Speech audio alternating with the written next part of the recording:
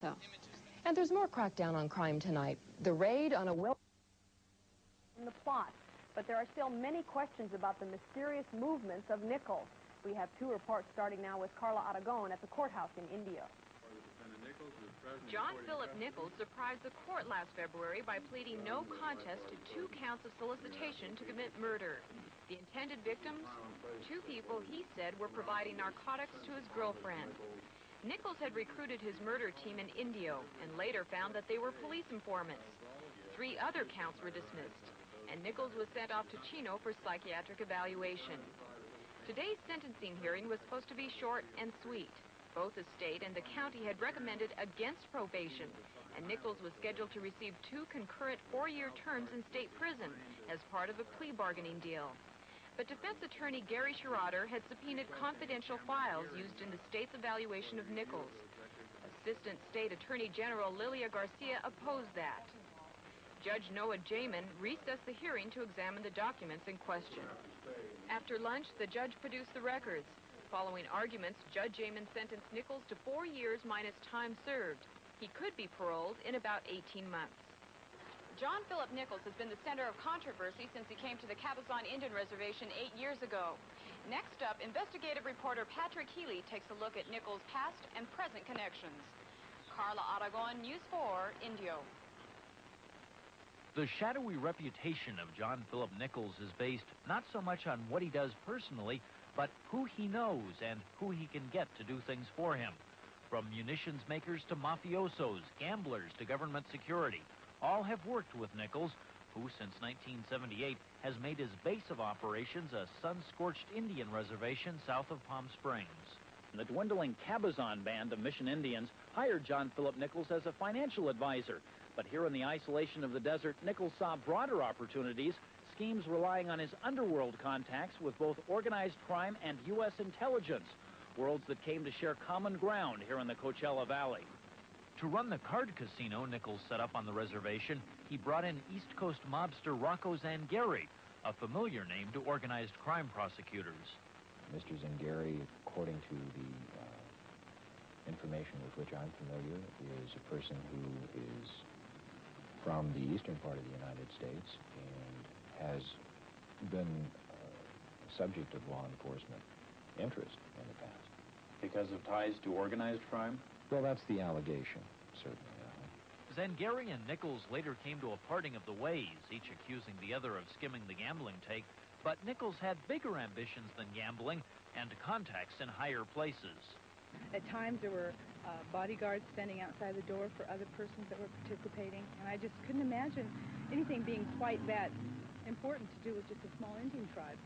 Joe Benitez was the tribal chairman who first hired Nichols. John Philip Nichols always said that he had contacts within government agencies to do different things. We have main engine start, 5, 3, 2, 1, 0. Kennedy Space Center, security provided by Wackenhut Services of Coral Gables, Florida, a security giant renowned for leadership with FBI and CIA backgrounds. Expertise recruited by John Philip Nichols to combine with that of Peter Sikorsky, retired president of Armtech, sole supplier to the U.S. government of combustible cartridges. They called the proposed joint venture Cabazon Arms Company, and the goals included building a weapons plant on the Cabazon Reservation. Ex-Army Ranger Jimmy Hughes then worked for Nichols as his security chief. Hughes says Nichols already was involved in international arms dealing. One deal in particular, we had some dignitaries from Nicaragua and Honduras come down. We had a demonstration in Lake Cahuilla with some night vision equipment and weapons.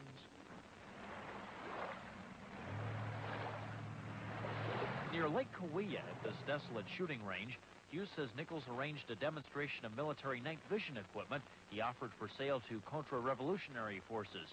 Among those in attendance, Hughes says, was Contra leader Eden Pastora, known as Commander Zero. We had the demonstration. They were impressed with the night vision goggles and the night vision scopes. What happened to that deal then? Why didn't it go through? Well, Nichols never intended for that deal to go through. He went as far as going into Honduras and Guatemala, had several different other meetings with these people, and went as far as taking a partial payment for the delivery of the weapons. which I was to go with those weapons and train and teach these soldiers how to use them before they would go on their mission. Nichols went and got partial payment of that, came back to the States and pocketed the money. Around the reservation, Nichols was having troubles with a handful of so-called dissident cabazons, among them a 250-pounder named Fred Alvarez, who rode a Harley-Davidson and accused John Nichols of stealing casino profits. He said there was money being skimmed off the top, and if there was a element within the casino that wasn't part of the everyday customer type thing. He thought that maybe underground or mafia was connected with some of the people that were working inside the casino. Benitez was there at the remote home of Alvarez on July 1st, 1981, when his body was found along with two others in his backyard, all shot to death gangland execution style, one shot in the head. He wanted to talk to an attorney and get that information down on paper and document it so that if something were to happen to him, then that information would be available. But needless to say, that never happened. Not long after Alvarez was killed, all trace of the house where he lived was removed. This woman knew Fred Alvarez was in fear of his life.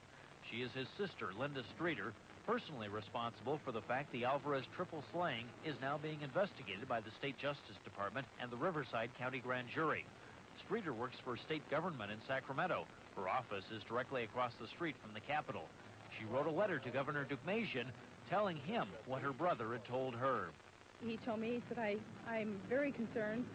He told me about the couple little instances that had happened to him. One, his motorcycle, he got on it to drive home, and the whole motor fell out. It was a brand new 83 motorcycle, and the motor just fell out, almost killing him at that point. His mailbox had been shot. He'd been threatened. Things had happened. Streeter says at one point, her family was given a message by labor racketeer Buzz Cantinelli, who was negotiating a deal with Nichols. He told us that if you cross these people, and he didn't say exactly what these people were, you'd find yourself in sand. Jimmy Hughes says he personally made a cash drop for John Nichols to a disguised man in Idlewild to pay for the hit on Alvarez. Nichols told me the hit on Alvarez was an authorized back government covert action. Hughes says he himself has become a Nichols target, his execution to be bought with this $30,000 check. Since coming forward, Hughes has been granted immunity from prosecution by Riverside County authorities. I think Mr. Hughes has quite a bit of information with respect to what occurred in the Alvarez case. We have talked to Mr. Hughes. The Riverside authorities have talked to Mr. Hughes. We think that he does have a lot of useful and worthwhile information about the matter. At the time of his father's arraignment for murder solicitation, Mark Nichols maintained there was no connection between that and the business of the reservation. Not yet convinced is the Senior Assistant Attorney General for the unit that prosecutes organized crime. Obviously, that is to say the most recent case, might be some evidence in a court of law of a possible intention or possible scheme that could have been followed at a previous time.